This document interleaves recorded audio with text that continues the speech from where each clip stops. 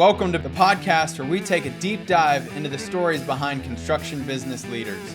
We will share how they got started, how they found success, and the lessons learned along the way. I'm your host, Eric Fortenberry. Welcome to Builder Stories. Today, I'm here with Michael Dudonis with Dudonis Construction, located in Springfield, New Jersey. How's it going, Michael? Hey, Eric, how are you? Doing great. Appreciate you coming on today, and look forward to having you share your story on Builder Stories. Thank you. Yeah, I appreciate it. So why don't you start off by giving us a little bit of the background? You know, how'd you get into construction? What led you to start Dudonis Construction? Tell us all that. Yeah, I started like a lot of people in this business. My father was in it. He was a residential GC in the area for most of my life, and I grew up in the business. I grew up going to the job sites at a very young age. 5 years old, being on machines at every job site, and my brother as well, and fell in love with it. And so my path kind of went towards construction management in college, which was great. And then I took an internship with a heavy civil road and highway bridge guy, and just kind of kept it moving. So I've always been in it. Nice. So Yeah. what led you to start the business there? When you're in that world, the big, heavy civil corporate world, you go where the jobs are, right? And the jobs, when you're looking for big jobs, they tend to be not always close to home. And so I spent 14 years traveling around the world, building these projects. And eventually, it kind of gets a little taxing, and you get married and start having families, and that's a really hard way to work. And my brother, myself, had always kind of wanted to pick up the legacy of where my father left off. And so in 2018, we got together and we had started having preliminary talks of what we were going to do, and so we wanted to start a business. And so that's kind of how it went. That's awesome. Yeah. And what's your target? Job? What do you guys try to focus on? Like, what's that sweet spot for you? We do really, really well on the higher end residential stuff. The way the business is set up, anything like in that 200 and up, whether it's new builds in the residential world or higher end renovations, we do really well at. We're geared towards it. The business is set up for that, and so that's what we excel. So you do both new builds and high end renovations. We do. Yeah, a lot of it is especially with the new builds, we had a really hard time when you start out getting people to give you a new build, right? And you don't get that opportunity because they think it's hard. And new builds are way easier than renovations, So, and we were doing really large scale renovations that were, almost $1 million renovations where you're taking the building down to foundation and then trying to piecemeal everything back together. And that is so difficult. And so it took us a while to crack that egg to make it into the new build world. But once it happened, it's been great. So yeah. So when you first started, like what were some of your first jobs like? I assume they weren't the huge high end, or did you jump right into it? So the way we started was kind of interesting. My brother. So we joined together. So it's my brother and myself as the business, and his concentration in the world is. He went up through the trades, so carpentry, being a framer, doing that kind of stuff, and went into high-end residential. And then I was in the corporate world, and we joined forces.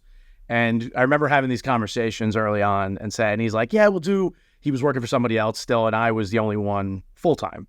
He was doing it part-time with us. And he said, yeah, we'll do some kitchens, we'll do bathrooms, and then just kind of build from there. And I went out and shot for the moon immediately. And I hooked up with a buddy of mine who was a developer and doing flip houses and didn't have a GC to work on. And we ended up landing 3 jobs in the first year that were all, higher end residential and large scale business. So the first job was like at the time it was a $500,000 job. That was job number 1. And so, nice. And it just kind of kept going from there. So that's awesome. Yeah, that was a tight job. That job, I have a lot of pictures of me actually on the roof demoing it with my father, who was in his 60s and late 60s, and a little bit more hands-on than we are today, or that I am today. So sure. Yeah. So it's funny that you bring up new builds are often so much easier than remodels. I mean, how do you approach do you approach like the sales any differently when it's a remodel versus a new build?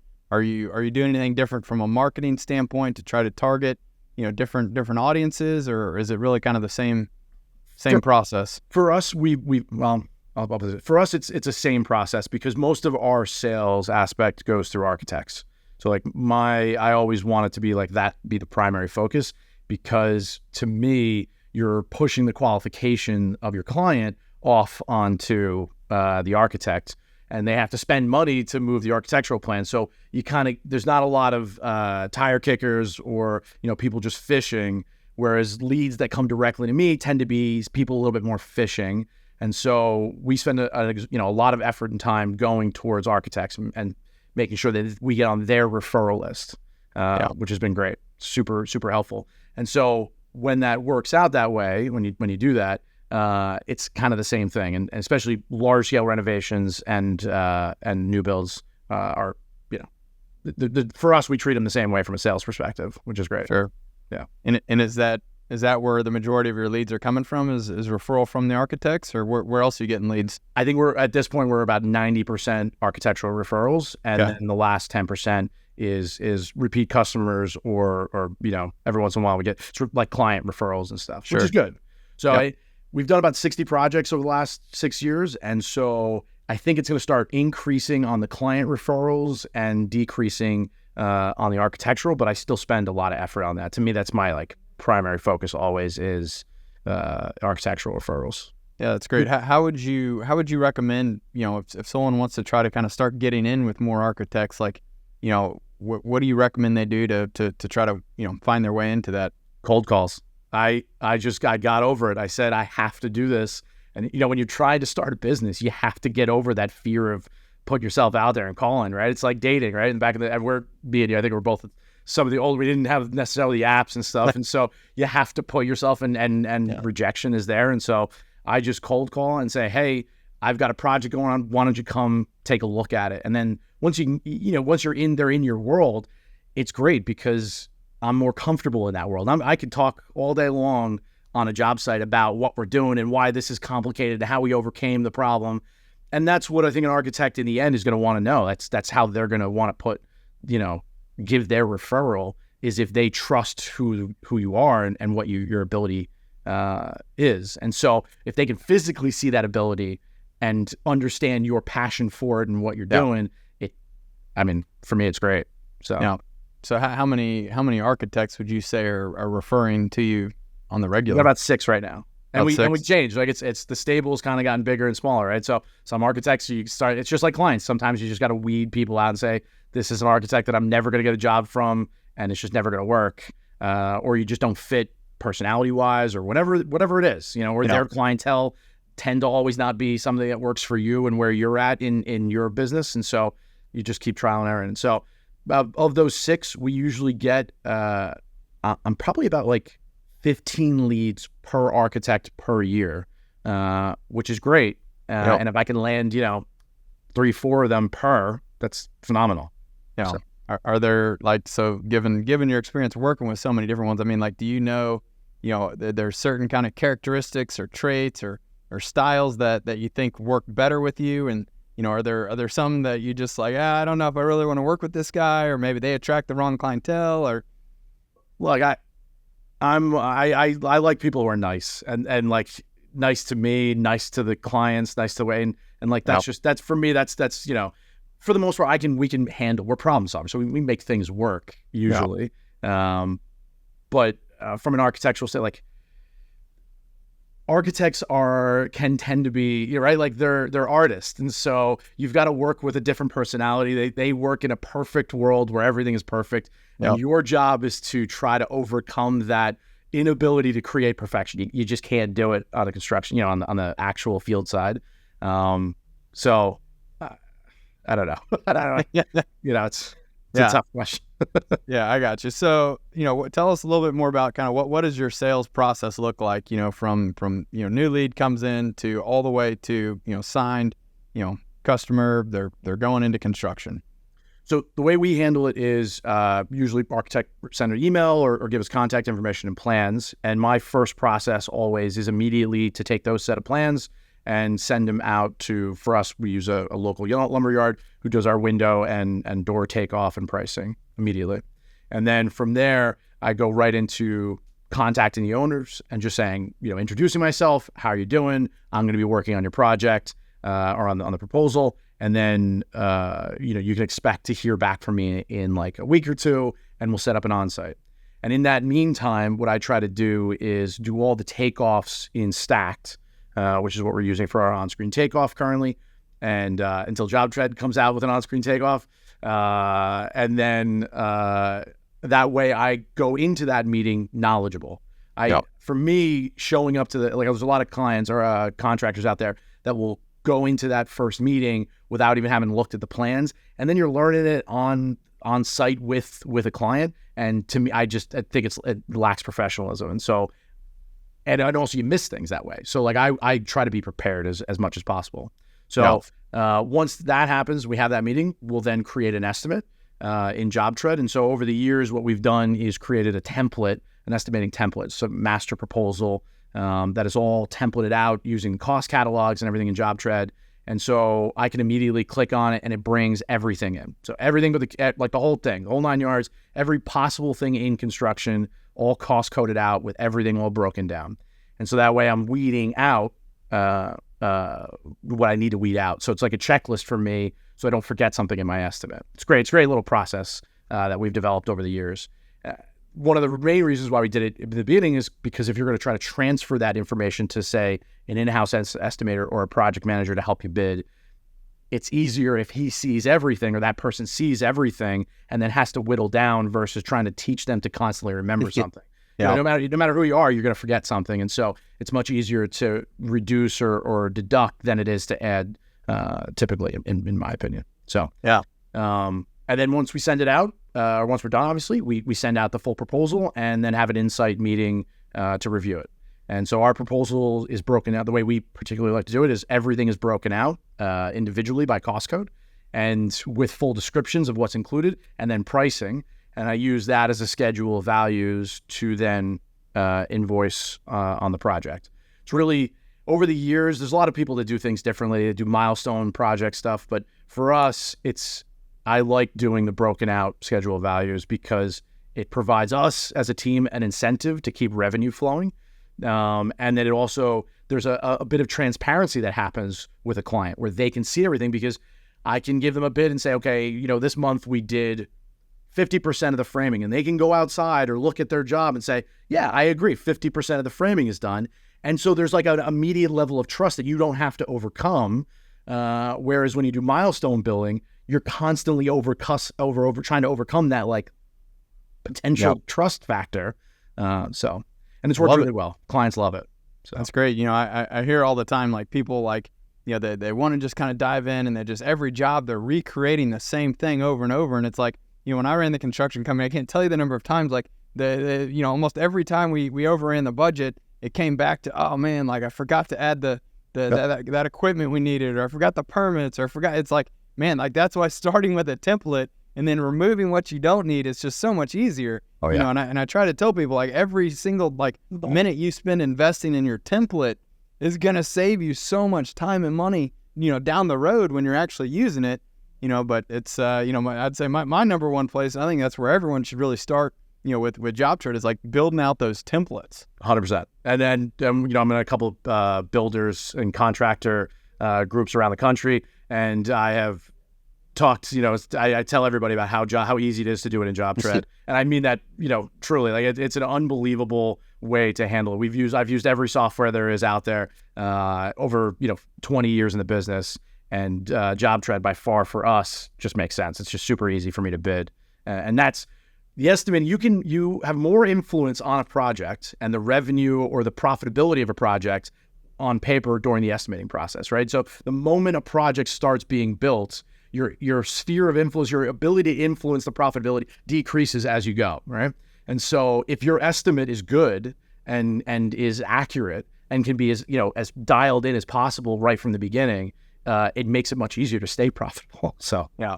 So you really find it's worth taking that extra time to get every single thing flushed out. You're doing the material takeoff. You're really getting all of the details ironed out before you go into construction. 100%. It is dialed into everything. The tile is to everything. We've built out huge databases on every single thing, and then we're constantly updating every time we get a new price from a material vendor or from a contractor, subcontractor. We are constantly updating our library and templates so that way we're always as competitive as possible. And are you selling these jobs fixed price or cost plus, or? Oh, we're doing both? all cost plus. All cost plus. Yeah. Awesome. The next level of for us would probably be some more cost plus jobs. Once you get into that $1 million plus, especially renovation projects, it's really hard to do fixed price. But for us, in our space where we're working, fixed price is great. It's hard, man. Administratively, it's hard. Today you're doing which one? We're doing fixed. Sorry. Oh, fixed price today. Okay, yeah. wait. Yeah, all fixed price today. Eventually, I'm sure we're going to end up in as we build our clout essentially, or just reputation. We'll start getting into that multi-million-dollar clientele, and when you do that, you tend to end up going into cost plus. Sorry. Yeah, that makes sense. And when you think about kind of your profit margins, is there kind of a range? Do you have kind of a number? Is it across the board, or are you pricing things differently based on what it is? It depends on the job, but our standard, what we bring everything in at, is we're looking for a 35% markup. So around a 26 to 30 margin is where we want to be. Right? It depends on, it adjusts a little bit, but sure. That's where we want to be to just stay viable. And what's your average job size? Our average right now is about 350. Okay. Yeah. Yeah, that's great. Yeah. What would you say are the biggest challenges that you have to overcome in that sales process? So recently, the market's getting a little funky, right? So people are still busy, everybody's still moving, and it's great. But higher interest rates obviously cause an issue, and so we're finding a lot more and more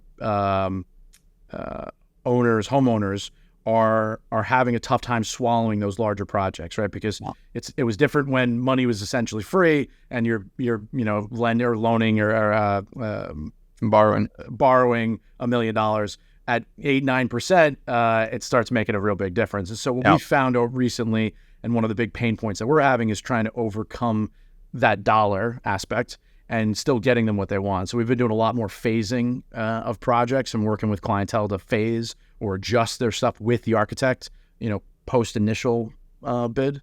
And Job Trade gives us that ability, which is great. I can turn things on and off. I give options. There's a lot of allowance options and stuff, and people really tend to like that. So it's great. Yeah. What do you think, when you get into the project though, like once you've sold the job, you're starting construction, what do you sort of think are some of the bigger challenges that you have to overcome in construction? Well, look, one of the main things, our job on a daily basis is to be problem solvers. And so, especially as when I was younger, everything seemed like you were never going to be able to overcome it. Like every problem was, this is the end of the world. And so we've learned, I think, and I've learned, the longer you're in this, is that you need to take a moment and step back and figure out how to solve that problem. We've done a great job and as a business of teaching the guys to overcome these problems, but there's nothing specific, like a specific thing. It's more just, how do you overcome problems, right? And that's what we do. We're professional problem solvers all day long. I love it. Right? Yep. So, and just, you got to make sure, and I think that comes with experience, right? When I was building bridges, or like coming down to a house size, it's great because there is nothing that's gonna, you can't overcome. You can make it happen. And it seems like you're going into it with everything really flushed out though. So expectations have been set. You know, people know what's going to happen. I assume, you're probably giving them a schedule of when we're going to be doing every single thing. So, I think when you're that organized, it probably does lead to a lot smoother construction process than what we might see with newer builders or people who aren't quite as dialed in on getting everything figured out up front. And and Eric, that is always ties for me, and what I found throughout my career, no matter where I was, is estimating was how to do that, right? If your estimate, and you spend the extra time to set up the template and then work through that, it's so much easier for the team to then build off that because they've already got a layout and a template. And if you use, we love using NAHB codes because it's in order of construction. And so like you see the process. It's easier to teach people when you have a process and there's dollar amounts and they can negotiate and eye in on specific things. Yeah. It helps everybody. And then you tie that into the schedule and tie that into all the subcontractors and stuff. And, And how many jobs are you running at one time? We just came off, we were doing 7 at the same time, which is a lot for us. Yep. But now we're back down to like more of a normal amount, which is about 4 at a time, which is good. 4 is a nice number. Yeah. So what's the team look like? I mean, you said it's you and your brother, or the 2 owners. Yep. What's the well first? How about on that? What's it like working with your brother? It's great. It's actually great. Yeah, me and my brother get along really well, and we did a lot of things, I think, knowing how hard it is. My father had partners throughout his years in the business, and I think everybody who's ever had a partner knows it can be really tough, regardless of whether it's family or not. But what was nice about Andrew and myself is that we delineated the business. So I handle the business side and estimating and BD, and he handles the field and operations. And, we help each other in those aspects, but each person is the boss of their own side. And that's really, really helpful when you're working with family and just a partner in general. So what happens if you want to go left and he wants to go right? We talk it out. It's a lot of talking it out, right? Yeah. Especially when you're brothers, we talk constantly all day long anyway. And so we're always in communication. And so there is times where he's talked me off of, I always want to buy a piece of equipment or something or go, do something crazy like that. I love equipment and tools and he's like, we don't need that, and so it's great to have someone who can pair you back. And the same, I do the same for him. So, which is nice. Awesome. So right now, what the rest of the team look like? We've got it's myself and Andrew, and then we have a project manager, a superintendent, a handful of field guys, and an office admin. So it's a smaller team, nothing huge, but it's worked really well. And project management is what we do, right? We're contractors, we build things, we love it, but self-perform isn't necessarily our skill set, and never will be. It's project management is what our skill set is. So the field guys though, are those employees? They are. Yeah. No, I have several full-time. We have a handful. I think we're up to 3 full-time employees out in the field with a handful of trucks, and we've got tools. But our guys are mostly they're scope gap guys. They're the punch list guys. They're handling the things that you end up missing in between trades and stuff. And that's worked really well for us. So you're subbing the majority of the core construction out to your different trade partners. Yeah, right now we're subbing about 45% of our work out, which is I think it's pretty good. So we try to keep control. We control all materials. We can control everything in between. We control the schedule, and thankfully we've just being in the business in this area for a long time. We know a lot of people, and so it was really great to find guys like the same electrician for every single project since we started, the same plumber, whatever it is. So, and that's great. And you start building rapport, you build, what you're doing and who you're working with and who their guys are. And consistency is key when you're doing those kind of things. So, I see, a lot of people kind of struggle to figure out, should I hire and employ all of my workers? Should I use subcontractors? Do I do a mix of it? It's often, just a very heavily debated, what's best. And, it sounds like you've really found a good mix, between the two. Well, so my father, being a GC in the area, he did everything 100% self-perform. And that's where we both started, right? So, but the problem with that is then he had to be in the field because you need to get paid as like a work. It's hard to have enough overhead on the business for you to then make money if you're only doing 1 job or 2 jobs at a time. And so for us, with 2 owners, and I'm not bad. I can work in the field. I did it for most of my life. I just don't do it anymore. Really, it's not my everyday thing. I'm better in the business side. And so how do you pay for that if I'm not physically doing things all day long? Sure. And so that's kind of one of those things where you got to make that decision. Is like, do you want to be in business or do you want to be a trade guy? And for us, it was, I want to be in business. I want the business to succeed. And so that means you have to, employ subcontractors a lot, I think, for that kind of business. I think it's great that, that you and Andrew, your brother, you guys have really kind of figured out, sort of what your respective strengths are, you've kind of dividing and conquering. I always tell people it's very important, who is going to focus on the business side and who's going to focus on the delivery, the execution, the operations, and it can be very challenging when you got, an entrepreneur who's trying to wear all the hats, and then he's got to figure out, well, how do I do everything? It's like, well, you can't, and you're going to need to find people who you can trust to bring onto your team. So, obviously with having, your brother there, you just sort of innately have that, that high level of trust and confidence that you guys will be able to do what's right and take care of, the business. But, I do see a lot of people really struggle trying to figure out where they should invest their time. And it's like, you got to figure out like where do you feel like you are the most passionate about and the best, suited, and then you got to backfill that other side. But, you can't do everything, especially when you grow and start doing multi-millions of dollars in sales and projects. I mean, it's, kind of figuring out what's going to work best for you and your business. And, it sounds like you guys have really kind of dialed that in nicely. Well, and I think I'm sure from talking to builders every day, I mean, like finding work or finding people to work. It's not that people don't want to work. It's literally that there's just not enough people to work.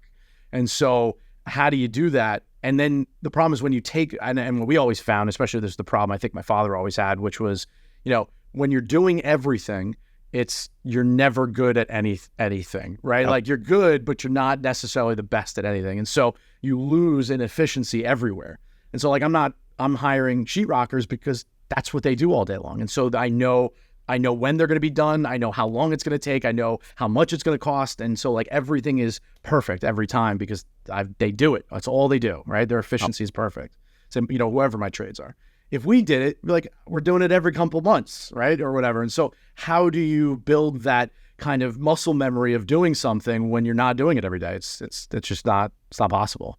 Yeah. So we try to zero in on efficiency and schedule and all that kind of stuff. And you have to do that with trades or, subs. So earlier you kind of told us a little bit about the kind of your payment schedules and how you do it based on, the cost codes and kind of where you're at. I mean, tell us a little bit more about what is the back office accounting. How does that all work for you all? How are you managing your accounts payable and your accounts receivable? So every single sub trade, we use a master services agreement. So we have one high level contract with legalese that goes out to every single trade. They sign it once, it's negotiated once, and then they never have to. It's never really utilized again. And then everything after that is done with a purchase order on an individual project level. And the purchase order ties to the MSA. So every project, the MSA and the PO combine and create one project, one contract. And that's super helpful. And so that's cost coded, whatever the trade is or whatever was going on. And then every single item, every receipt gets coded by my project manager or myself and then entered by the office admin. And so on a, pretty much on a daily basis we're at, I know what our costs are on every single line item on every single project, which is really phenomenal. I mean, the numbers are the most important thing in the world. So it's awesome. But even on the large scale, go ahead. Yeah. A lot of people, they focus on just, kind of building out detailed estimates, but then they don't want to put that same level of effort into the job costing and like making sure that you actually, your actuals are coming in on budget, and it's like, it's only half the battle to sell it. You got to also execute on it and hit those target numbers just the same. So I love hearing that, you on a daily basis, you're on top of it.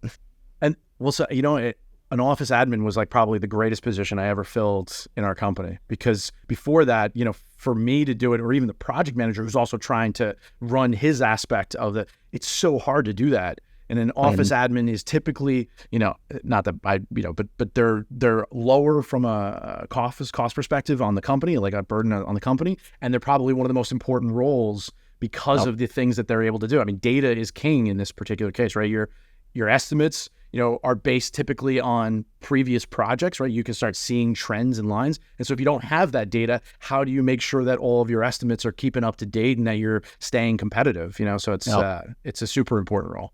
And did you hire an office admin that had construction experience and understands, cost codes and all that, or no? Nope. You trained them? Yep. Yeah. Kim in our office is phenomenal. Over the last couple of years, she's really dived right into job tread, which has been great, and then utilizing QuickBooks. She had QuickBooks experience, and those kind of tie together. But it's been great. And the great part is utilizing her and my project manager. It's a great combination, right? So the things that she doesn't necessarily know, that's fine. The project manager knows, and it's just kind of steering the ship. So. So I'm curious, again, it sounds like you really have your numbers dialed in, but are there certain costs, on jobs that you'll send out, bid requests to try to collect that real-time pricing on, or are you just always kind of relying on the historical data that you've got? If it's very unique, I'll send out bid requests. But what I found is that I bid too much for the trades for my subs. So they'll never get stuff back to me in time because there's not enough trades in the area. We're in a really highly competitive area. I'm in New York, New Jersey region. I mean, there's a lot of people, a lot of construction constantly going on, and not enough people to do those things. And so I was just never getting the results. So what I started doing was going to my trade guys, the guys I deal with every day, the electrician, the plumber, HVAC guys, and getting standard costs for all of their items. So I went to the electrician and said, give me a menu of everything that you do. And that way, at least I'm pretty accurate, and at this point, though, that's it. Those are the numbers. So when I bid, I'm going into it knowing because I already have his numbers in my estimate, and all broken out. I just count it. So we've been pretty good about that. Bid requests, we just do for specialty, a lot of steel work, things that are a little bit unique, welding and stuff. That's what we typically get do bid requests for. Yeah.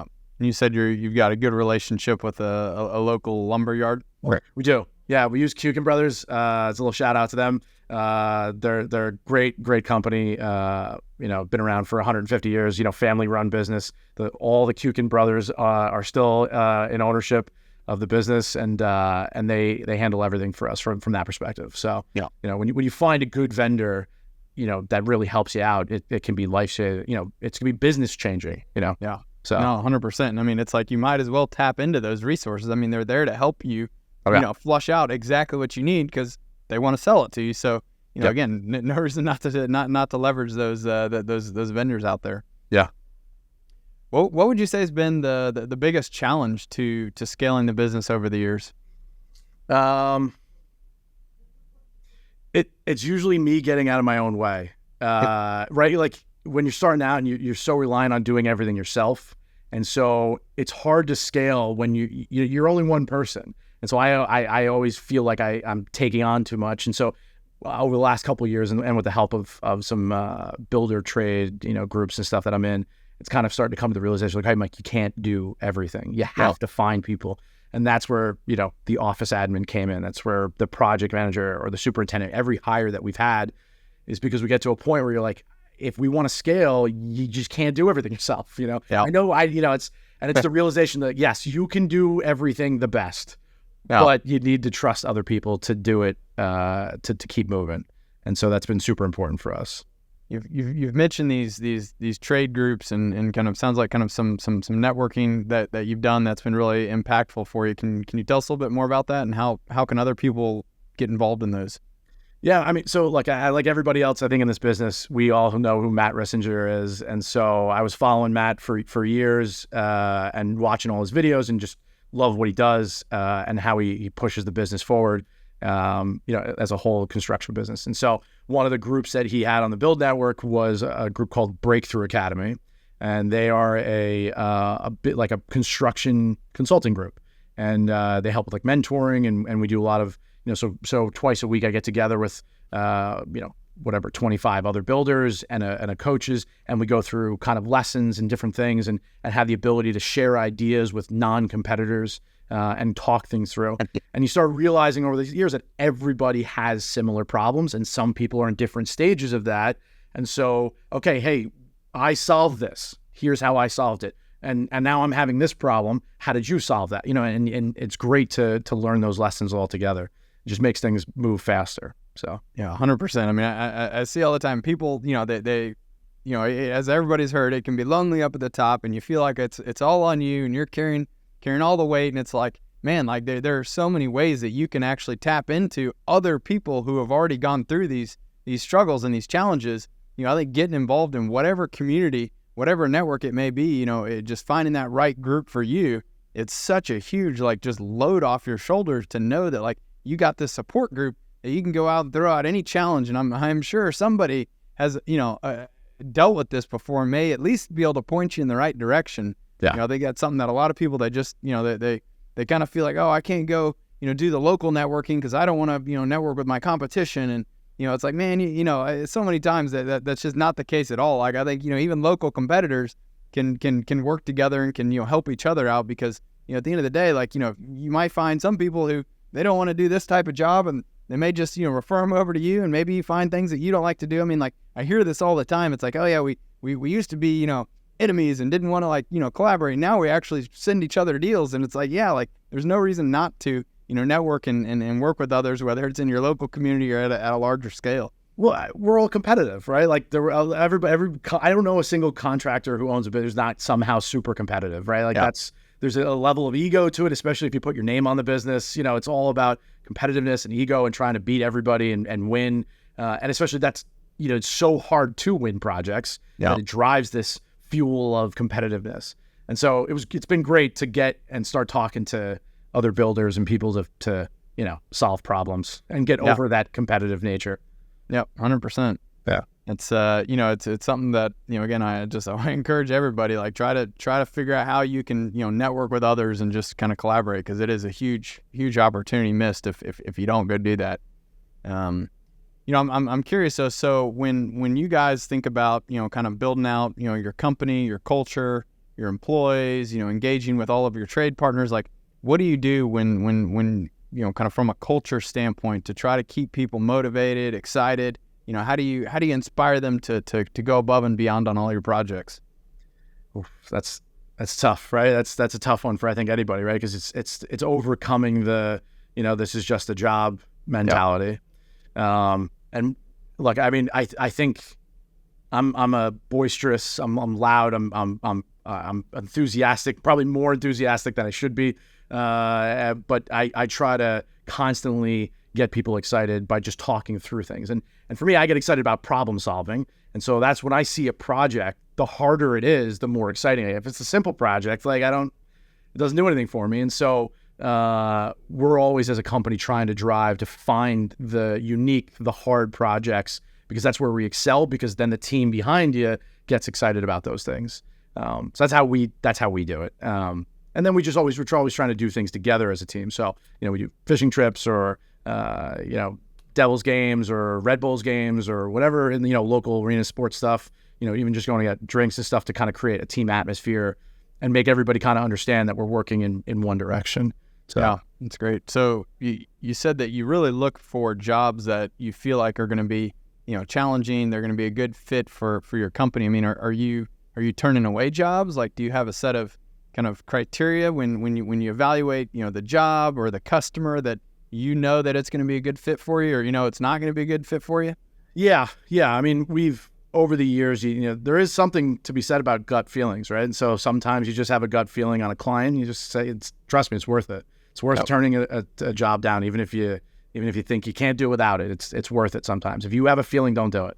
But for us, we tend to turn down jobs that are simpler and in the smaller scale, because it's not where we excel. And so, it's just, if that's not going to get the juices flowing, if that's not going to drive, if that doesn't, especially for us, we don't necessarily have the overhead rate of, say, a smaller or a mom and pop, or, we have to have competitive jobs or, difficult jobs to then also be going up against competent people and justify our overhead and stuff and where we're at. And so that's... Earlier you talked about it, seems like it might be a little bit more of a competitive, environment where you're located. I mean, how do you, do you feel like you're often being, having to compete on price, or, how do you overcome that? How do you kind of, not make it about price, make it about value, make it about, the experience? So, yeah, it is. Like, New Jersey is one of the most competitive states construction wise. And I'm saying that, as worked all over the country. There's only a handful of states in the country where there's no builder requirements. So to be a GC in New Jersey, you don't need anything more than $200 and a basic GL policy. That's all you need. It's a registration. It's not a license. And so most other states around us and around the country, you actually have levels of GC requirements like licenses. You got to take tests, that kind of stuff. And so when you only need that, there's a lot of competition, right? So everybody's a builder.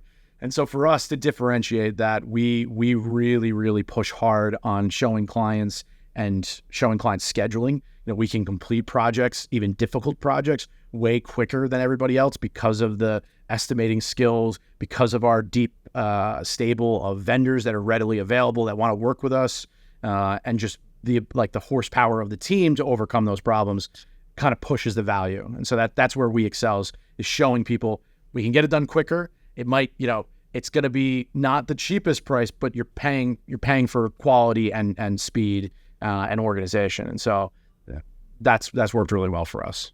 Yeah, that's great. Yeah. Are there any types of work that you try to stay away from? No. If like I said, as long as and we're actually starting to shift more into commercial work now, because our level of sophistication, we've kind of built the business up to a point where it makes sense to move also and do some commercial work. It's good to be diversified as any business. You don't, especially construction, which tends to, there's a lot of ebbs and flows over the years. Right now we've gone through a pretty nice boom of residential, but and commercial's been down, but that'll change.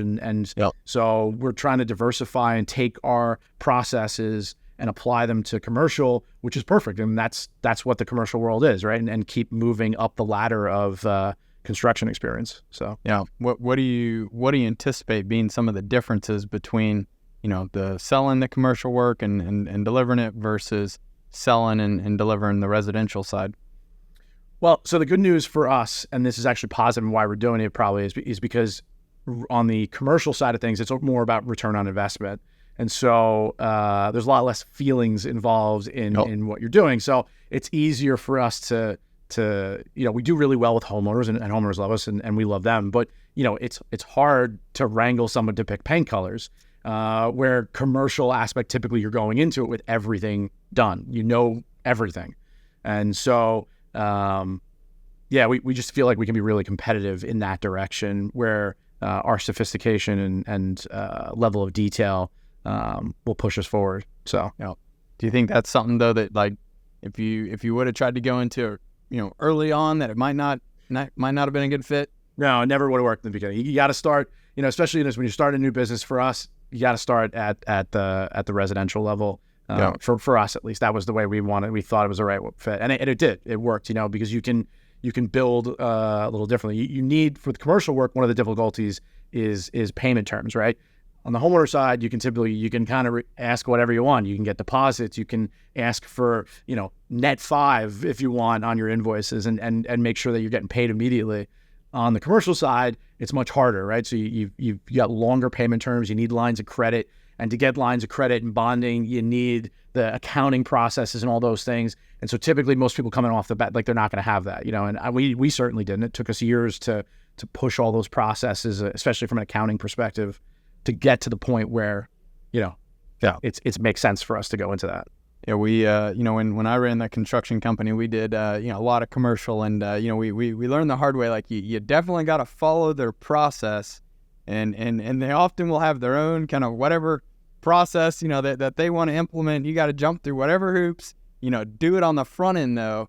We found it out the hard way. If you don't get everything approved, the I's dotted, the T's crossed, submitted and uploaded to the right place, and you come back later and try to get them to pay you, if you didn't follow the process, like, good luck. They will drag that out for a long time and say, and I don't know. So it's definitely a little bit different of an animal, and I find a lot more, like, the commercial side. I mean, they're very, a lot of them are very cued in on, that not to exceed, on a trade by trade basis. We did a lot of work for, some of the the public storages and things, and, like, I mean, they can beat you up too. So figuring out how to get creative with that. But it's definitely, I see a lot of people sort of want to kind of go in that direction eventually, but it's like, man, you got to make sure you're ready for it, because it is a little bit different. Yeah. And that's, like I said, job tread is one of the reasons, I think, why we're able to do that, right? I don't think we would have been able to do that prior with other softwares and whatever we were doing previously, because the organization wasn't there, and the communication aspect, and you know, the templating and the way we cost catalogs and all that kind of stuff. It's been great. So that's why we did it. How did you know that you needed to implement systems and put those processes in place? Like, were you trying to do it kind of manually and reached a point where just things were just out of control and you needed to get some more organization, or what was it that kind of led you to that? So because I worked in bridges and highways, right? Those kind of level, it's the highest level of construction, call it, right? So the highest level of construction, the most sophisticated construction, they had those systems. So I kind of was in that world for 14 years before starting my own business. And so coming into my business, I kind of knew, like, hey, we have to do this. This is the only way to really make this all work from a business perspective. And so it was super simple. And so we tried, we were with a bunch of different guys, and then so that's why we went that way. So how do you go about, like, setting goals for the company? Like, do you guys do an annual budget? Do you break that down into monthly goals? Do you have monthly sales goals, profit goals? Like, kind of how do you tell us a little bit about how you go about that? Yeah, so we didn't do it before Breakthrough. So getting into Breakthrough Academy was phenomenal for us, and phenomenal for me. Like, I had a lot of skills and knew a lot of things beforehand, but it changes, once you're in your own business. You just don't think about these things sometimes. And so coming up with an annual budget and breaking everything down and projections of where you're going to be so that you can plan has been incredible. And so it literally is business changing for us. It made us go from $1.5 million company to 4.8 the next year. Just being able to plan and schedule and understand what we needed to do to accomplish things. Yep. And so we set sales goals. I'm setting sales goals for myself because there's nobody else right now. I'm the estimator and the BD. But we set them as a company and go through and execute them. And we've done pretty well trying to push that through. It's so interesting how, like, when you throw a goal out there and you put it out, on the wall in front of you every day, like, just like this is what I'm going to focus on. Like, it's so funny how much more likely you are to hit that goal when you've defined it and you're working towards something than, I see so many people that they're just sort of living, month by month, quarter by quarter, year by year. And it's like, they've never stopped to think, like, okay, well, how much do we want to grow? Yeah. Okay, well, what are we going to need to do? Are we going to need more people? Are we going to need to ramp up our marketing, our sales? Like, just setting that goal and that budget for yourself and for the business it is life-changing. I mean, it is how you can continue to grow and build a bigger and more successful business. And stay profitable, right? Like, you could go out and sell like a crazy person and win $10 million worth of work, but haven't done any of the planning on the back end. And then now you don't have the ability to build it. Your back end isn't set up for that. And so, we've learned those lessons. And so, now we planned. So what's the what's the kind of the bigger vision here? I mean, how far out, do you look and do you think about? I mean, do you got somewhere that, you really hope to see the business in 5 years, 10 years? Like, what do you, Yeah. So our BAG was a big, hairy, audacious goal for 5 years is $10 million in revenue with a 30% profit margin. And so, we're halfway there. And every year, just a little by little. So that's our goal. So, and I think we can get there. In the end, I always want to build bigger and bigger things. My world has always been big projects, big equipment. I love that world. And so we like to move in that direction. So I think, like I said, commercial, I think, is going to be a key to getting us there. And building bigger and bigger, residential or, multifamily, that kind of projects, and big commercial buildings. So, I can tell you really love what you're doing. What would you say is, like, what gets you up every day? What are you most excited about, in your role and your job here? What drives you? It changes. Previously it was, I love building. I truly love putting something together and seeing something. Even from a little kid, my father used to put me on a little backhoe when I was 5 years old, and I'd dig and stuff. And just the idea that you can physically alter a landscape, right? And you can see something at the end of the day. Or today I can drive, and my wife hates this, but I can drive over 10 bridges in New Jersey and say, I physically did this. And for 100 years, someone else is going to utilize it every day, all day long, right? Yep. And so when I drive through neighborhoods and we see houses, I mean, that really motivates us to be like, there's something physical that we did and put thousands of man hours into to accomplish. And that every single project's like that. And that's great. I mean, there's really not too many other industries. I mean, there is, but not, construction's a huge one where everybody is physically having to put things together and work in a team in a coordinated effort to then create something that then somebody else utilizes for years. I mean, it's a phenomenal feeling. I love it. So, yeah. That's same here, man. I feel like, in some regards, construction, and software are similar because it's like you're creating something from nothing. You're building it out of, starting kind of with whatever blank slate, whatever, you're dealt with, and then you just like craft this, this solution, this thing that like is going to make someone's life that much better or that much easier or whatever it may be. Like it's, and that's why I think, I got the best of both worlds with construction and software here together. But, I love thinking about the impact and it sounds like you do too. Like it's the impact on people's lives that you're making every day. That's very motivating. Yeah. Yeah. What do you least enjoy about your job every day? Or what stresses you out? At the end of the day, what keeps you up at night? What do you? I mean, look, like just like every other small business, paying people, making sure that there's always money in the accounts to take care of people, making sure the business is healthy so that you can take care of people. It's a big business. It's the, the largest industry in the United States. And at the same time, it's a small industry. Everybody talks. And so I am always petrified and just have like this deep seated fear, making sure that everybody's paid. I grew up in this business in small business and the moment you miss a payment on somebody or, subcontractor or something like that, everybody talks and everybody knows it. And your reputation is destroyed like that immediately. And it takes years to overcome. And so we've just spent an unbelievable amount of time and effort, just always making sure that we're paying people before they need to be paid. I want everything done, and then as the owner of the business, I stress with making sure that just in general, my employees are always paid. When you grow up working for your father in a small business, you know what it's like to not get paid. Yep. So that's a stressor, I think, for both Andrew and myself, is to just make sure that everybody's paid on time and going home every night and safely, and that's what we stress about. When you think about the earlier days, I mean, I assume like most entrepreneurs, the earliest couple years are often the hardest. Do you feel like you hit there was some sort of a point where you kind of felt like you turned a corner, you got over that hump, things sort of started to get a little bit easier for you, and kind of when do you think that might have been for you? Yeah, so we started, so 2021 was our hardest year. We had a really good first year in business, which most people don't have. They still struggle. We had a great year first year. I wasn't necessarily getting paid really crazy. I was, still moving, whatever.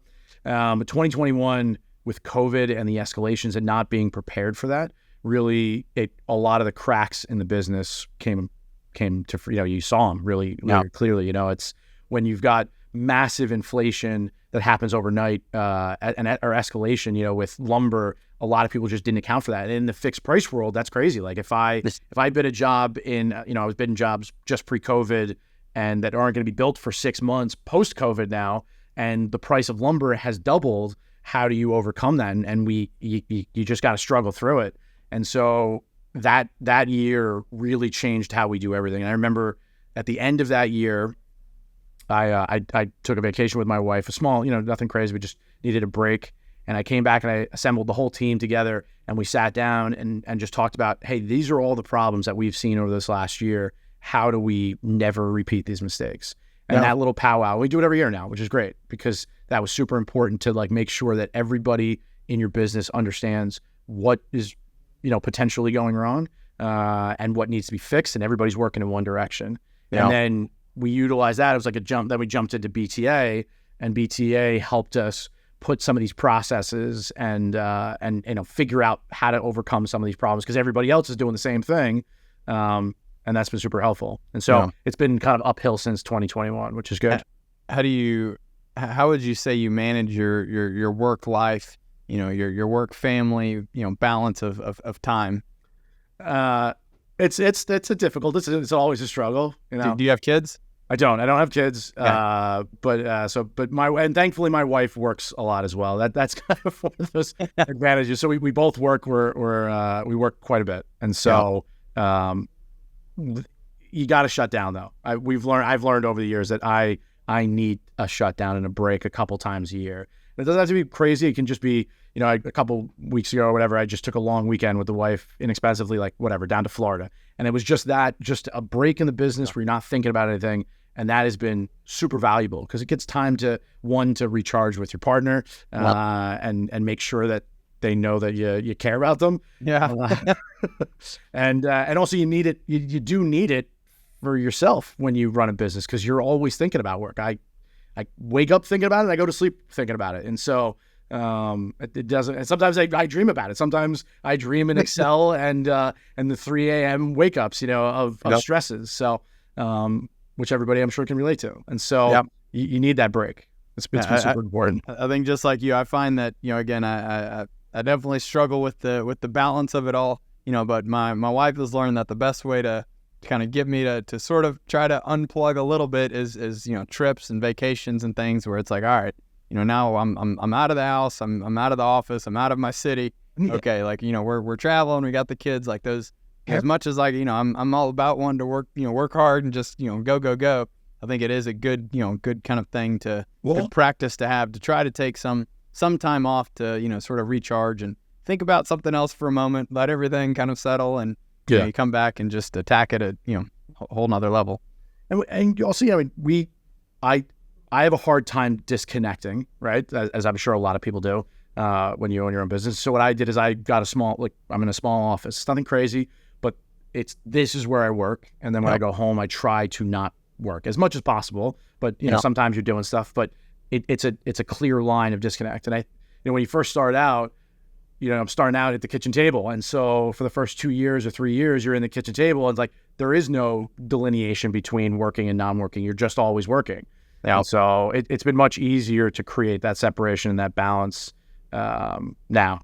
So as we kind of wrap up here, I mean, one final question. I mean, I'm curious, like when you think back, about kind of starting this thing off and sort of kind of all those challenges that you've had. I mean, like, what advice would you give others who are earlier on in their career? Maybe they're struggling right now. They're trying to, am I going to make it? Am I going to be able to, get over this hump? Like, what do you wish you would have known, back then that now that you think might help other people who are, in the thick of kind of trying to start up their business and get it cash flow positive and trying to sort of get some of that relief, and they don't know when it's coming or where it's coming from? I do. I actually have a couple. I have a couple on this. This is good. So one is you have to separate your personal finances from your business finances. And I know because there's a lot of builders, small guys that are out there that don't. They treat the business account as a personal account, and you can't do that. Pay yourself a salary and separate it so that way you have something that you can build on. It's like super important, and concentrating on the business aspect.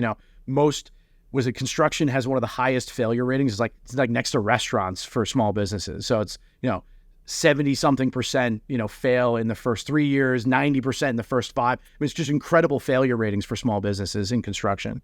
And one of those reasons is one, not separating things, but also you get a lot of people who be like, oh, I can do this, right? Like they're great at trades, a great carpenter or something, and say, I should do this for myself.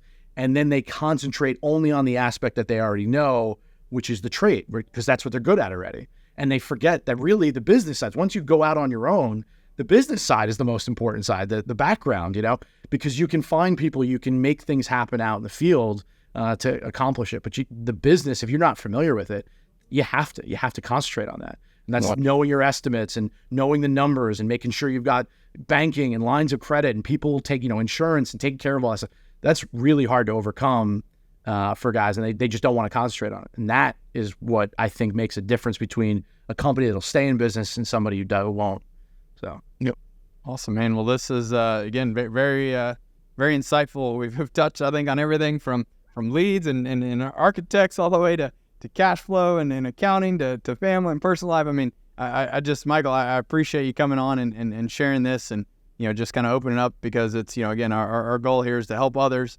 Hopefully we can provide a little bit of inspiration, motivation that, they can do it. These are things that, I've seen that you have done phenomenal work. You've built a great business. You're a great role model, leader out there. And, I appreciate you sharing everything here with the audience. And yeah, I'm excited to watch you, hit that 10 million goal in the next couple of years, and just, we'll see what's beyond that. But, we appreciate you and everything you're doing to help others. Thanks, Eric. I appreciate having me on. Yeah. Thanks, Michael. Thanks, guys. Thanks for joining us for this episode of Builder Stories. We hope you enjoyed the conversation and gained valuable insights that can help you in your journey along the way. Don't forget to subscribe to the show and leave us a review. And as always, if you or someone you know has a story to share, please contact us at builderstories.com. We'd love to hear from you. I'm Eric Fortenberry, and remember, every builder has a unique story. Keep building yours.